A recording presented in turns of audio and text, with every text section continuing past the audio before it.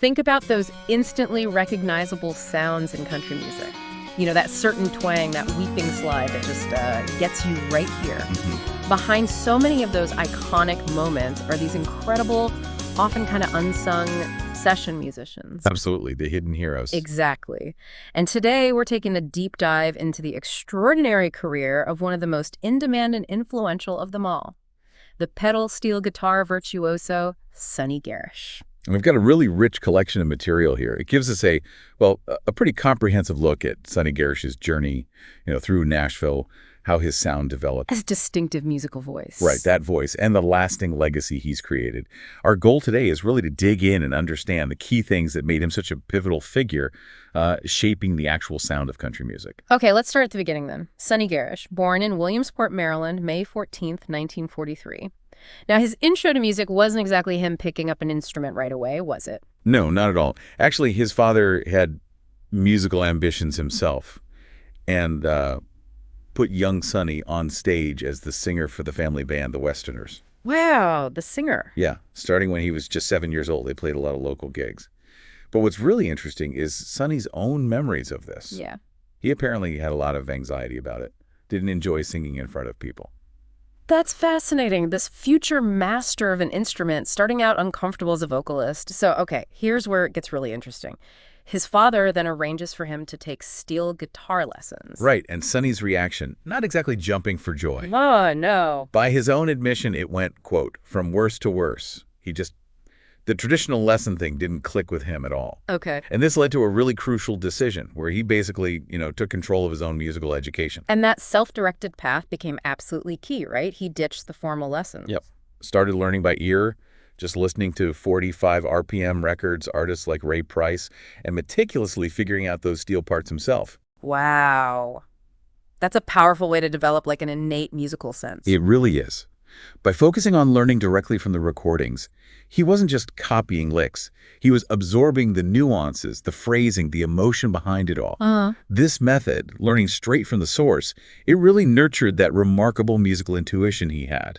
By the time he was 15, he was playing steel in the family band. So he switched from singing to steel. Yeah. Yeah. And that early turn away from formal training, that immersion in learning by ear, it was absolutely fundamental in developing his incredible ear and those improvisational skills that became, his trademark. Okay, so moving past high school, Sonny keeps honing his skills. And there was this place, Hunter's Lodge in Fairfax, Virginia. That sounds like it was pretty important. Oh, definitely. Hunter's Lodge wasn't just some local bar. It was a vital hub. Right. It regularly hosted national touring acts. Big names like Loretta Lynn, Willie Nelson played there. Wow. And maybe even more importantly, it was a magnet for these after-hours jam sessions, Yeah. real meeting place for musicians. Ah, the networking aspect. Exactly. These informal jams gave a regional talent like Sonny invaluable opportunities to connect with people already working in the Nashville scene. And those connections, that's what opened the door to Nashville for him. How did that play out? Well, yeah. In the mid-'60s, Bill Anderson's band, the Po' Boys, they ran into a problem. Their steel player, who was Canadian, had some green card issues. Couldn't work. Now, Bill Anderson himself hadn't actually seen Sonny play. Really? No, but some of his band members had caught Sonny at Hunter's Lodge and were just incredibly impressed. Okay. So, based purely on their strong recommendation, Bill Anderson offered Sonny the job in 1966. Just like that, based on his band's word. Just like that. Yeah. It really speaks volumes about the reputation Sonny was already building, even before he officially hit Nashville. Joining Bill Anderson and the Po' Boys, that must have been a huge step up. Professional experience, national exposure. It was absolutely a formative period. Touring with a major act like Bill Anderson meant steady work, crucial visibility in the industry, playing alongside seasoned pros. Learning the ropes. Exactly. There's even a photo from that time in the Country Music Hall of Fame archives. Sonny with Bill and the other Po' Boys. And another fan photo shows him with an Emmons guitar at a show in Virginia. And it wasn't just about playing the parts, right? He was actually contributing creatively during this time, too. Absolutely. While he was with the Po' Boys, he co-wrote a couple of instrumental singles with another band member, Steve Chapman. Oh, yeah. Yeah, Sunny Side Up and Guitar Bag. They came out in '72 on Decca. Cool names. Yeah. They're short, energetic instrumentals like one's only 1:36, the other just over 2 minutes. Classic hits. Right. But they gave an early glimpse of his instrumental voice, his ability to contribute beyond just, backing parts. This whole time with Bill Anderson, it really served as this invaluable apprenticeship at the highest level of country music. Perfectly set him up for what came next. Which was, well, basically taking the Nashville studio scene by storm. It wasn't long after his time with Bill Anderson that he became one of the guys to call. He apparently described it pretty casually, saying something like, "Then I thought I'd see if anybody wants me to play on records. Luckily, I did okay with that." Yeah, did okay is quite the understatement. Right. For anyone listening who might not know, a session musician is basically a freelance player hired to perform on recordings for all sorts of different artists. Exactly. And by the 70s, Sonny was firmly established as a top-tier session steel guitarist in Nashville. His playing that tasteful, distinctive sound started showing up everywhere. Early on, who was he working with? Well, artists like Eddie Rabbitt, contributing to that evolving country sound of the decade. And his versatility quickly became clear. You'd hear him on records by traditional legends like George Jones, but also singer-songwriters like Don McLean. That's quite a range. It is. And there's that famous story, almost a Nashville legend. Oh, the one about him showing up early? That's the one. He arrives a day early for a session, just walks in, sets up, starts playing. And nobody questioned it. Nope. The producers just assumed he was supposed to be there. They were so used to him being booked solid and always delivering. That's incredible. It really speaks volumes, doesn't it? And Yeah. It just shows how in demand he was, how reliable, the trust he'd built within that whole Nashville community. Okay, now let's shift focus a bit to the 1980s, because this is really when his sound became, well, iconic for a whole generation of country fans, especially through his work with the Judds. Oh, absolutely. His pedal steel became fundamental to the Judds' signature sound. It's undeniable. Yeah. If you listen to their big hits from that era, his steel guitar is just. It's a defining characteristic. Tracks like Mama He's Crazy, that's 84. Classic intro. Totally. Grandpa, Tell Me About the Good Old Days, Yeah. from 86. Had a Dream for the Heart, also 84. Love is Alive in 85. Girls Night Out, 83. So many hits. Rockin' with the Rhythm of the Rain, 86. Why Not Me, 84. They all have his distinctive, emotionally resonant steelwork woven right through them. Even the liner notes from their 1986 Radio City Music Hall show specifically credit him on both pedal steel and dobro. And it wasn't just background noise, was it? Fans specifically remember those steel lines, like that Mama He's Crazy intro. You hear it, you know it's him. Precisely. It was a core element of their sound, that warm, expressive texture he brought. It wasn't just accompaniment. Integral. Exactly. Integral to their musical identity. Yeah. Helped define that blend of traditional and contemporary country they had. It's a perfect example of how a great session player can really shape an artist's sound and success. And the demand for Sonny's playing, it didn't slow down in the 90s and 2000s either, did it? He kept working with just an incredible range of artists. Not at all. He remained incredibly sought after. You hear him on records by Tanya Tucker, Sammy Kershaw. Remember Queen of My Double Wide Trailer? That's him. Kenny Rogers. Toby Keith on You Ain't Much Fun. Clint Black with We Tell Ourselves. The legendary Merle Haggard. Randy Travis. He played on a staggering number of #1 country hits. Multiple chart toppers for Kenny Chesney. She's Got It All, That's Why I'm Here, How Forever Feels. Just huge songs. Huge songs. And his steel is all over hits by Tim McGraw, George Strait, and who can forget his playing on Faith Hill's big crossover smash, This Kiss. That evocative sound, yeah. There's even a cool Had Show print poster out there that lists his work with McGraw, the Judds, Chesney, Faith Hill, really highlighting the breadth of his influence. And the list just keeps going, doesn't it? Sarah Evans' No Place That Far, Carrie Clark's debut album. Right, hits like Better Things to Do, Shania Twain's early stuff from her 93 debut, David Ball, Thinkin' Problem, When the Thought of You Catches Up With Me. It really is like a who's who of country music from that time. It absolutely is. And you've got the Forrester Sisters, I Fell in Love Again Last Night, Ronnie McDowell's Wandering Eyes, Little Texas, I'd Rather Miss You, Doug's Supernaw Reno, I Don't Call Him Daddy. Ew. And his versatility stretched even further into gospel music. He played on numerous albums for groups like the Hinsons, the Magrooters. Right. There's even a photo from a Sandra Rankin session with him alongside other Nashville heavyweights like Larry Franklin and David Hungate. His ability to just adapt and stay relevant for decades in a changing industry. It really speaks to his exceptional musical gift. It's so clear he was a cornerstone of country music. But his playing wasn't just confined to country, right? He did some interesting stuff outside that world, too. That's right.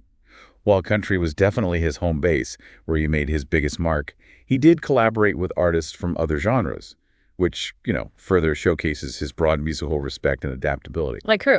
Well, notably, he played steel guitar on B.B. King's 1982 album Love Me Tender. B.B. King. Wow. Yeah, getting the call to play with a blues legend like B.B. King, that really underscores the quality and versatility of his musicianship. No kidding. And wasn't there work with Leon Russell, too? He was always blending styles. Exactly. Sonny played on Leon Russell's Legend in My Time, Hank Wilson Volume 3. That was recorded in the mid-90s under Russell's sort of country alter ego, Hank Wilson. Ah, the Hank Wilson persona. Right, and you can find threads online, music forums, where people specifically praise Sonny's steel work on that album and other Hank Wilson stuff. Cool. And let's not forget, he also recorded with Roy Rogers. Roy Rogers, the king of the cowboys. The very same, connecting him right back to the roots of Western music. These diverse collaborations really highlight his adaptability and, frankly, the universal appeal of his playing. Okay, so let's break it down. What were the essential ingredients? What made Sonny Garrish so sought after? It clearly wasn't just about playing fast or flashy licks. Not at all. It was this unique combination, sure, exceptional technical skill on the pedal steel, absolutely, but also genuine musical creativity and that incredible intuitive knack for crafting the perfect part. Often right there on the spot, in the pressure cooker of the studio. That spontaneous creation. Right. He himself talked about the difference between just copying licks someone else played and actually generating original ideas in the moment. That was a hugely valued skill in Nashville. And his signature sound, that was obviously a huge part of it, too. What about his gear? What did he typically use? Well, he primarily played an Emmons push-pull steel guitar, often a black one. Okay, the Emmons push-pull. Yeah, that mechanism allows for more complex pitch bends and chord voicings, contributing to that unique sound. He usually paired it with a PV Session 400 amp. Ah, yes, the Session 400 became a real Nashville studio standard, didn't it? It really did. Known for being clean, reliable, consistent. And he often used a Boss CE1 chorus ensemble pedal. The chorus sound, right. Very 80s and 90s country. Exactly. Gave it that shimmering, distinctive tone. Possibly even a modified CE1.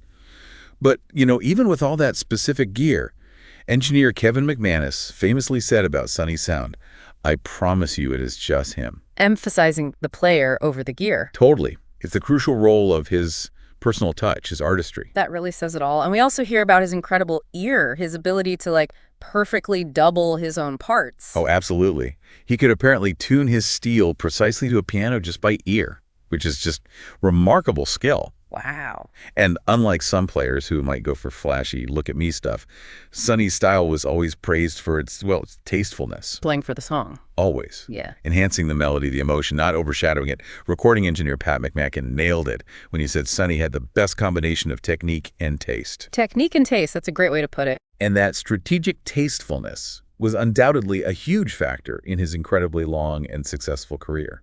It was the synergy, his gear, his unique personal technique. It all came together to create that identifiable yet remarkably versatile sound that everyone wanted. And these massive contributions, they didn't go completely unnoticed. He did receive some pretty significant honors over the years. Indeed he did. Pretty early on, actually, he got to perform at the White House for President Jimmy Carter. That was back in '78, alongside other country legends. Impressive. But a really major milestone came later.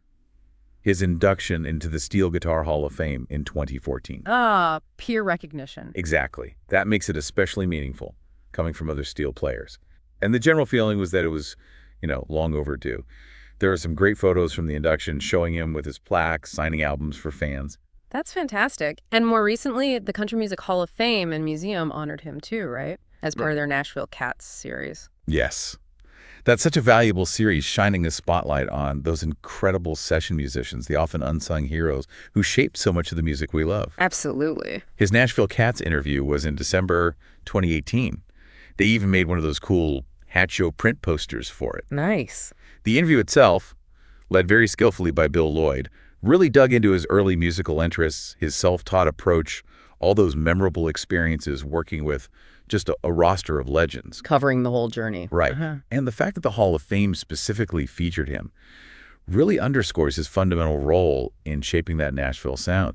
It's true, formal recognition sometimes comes later for session guys. Yeah, it often does. But these honors are a powerful testament to his huge lasting impact on music. What about the man himself?